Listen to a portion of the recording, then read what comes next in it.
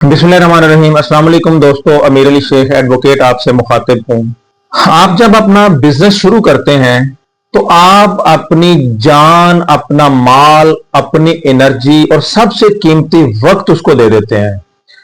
आप अपने बिजनेस को उसी तरह इस्टेब्लिश करने की कोशिश करते हैं जिस तरह से मां एक बच्चे की परवरिश करती है।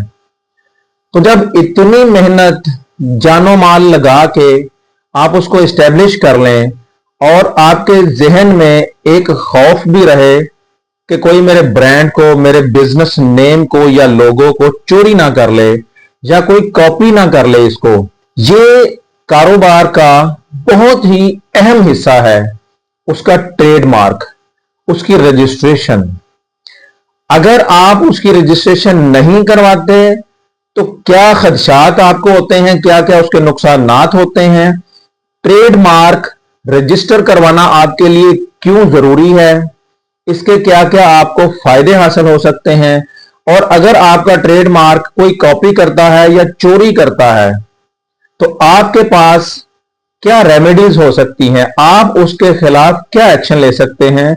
आज हम आज के वीलॉग के अंदर इसके ऊपर बात करेंगे।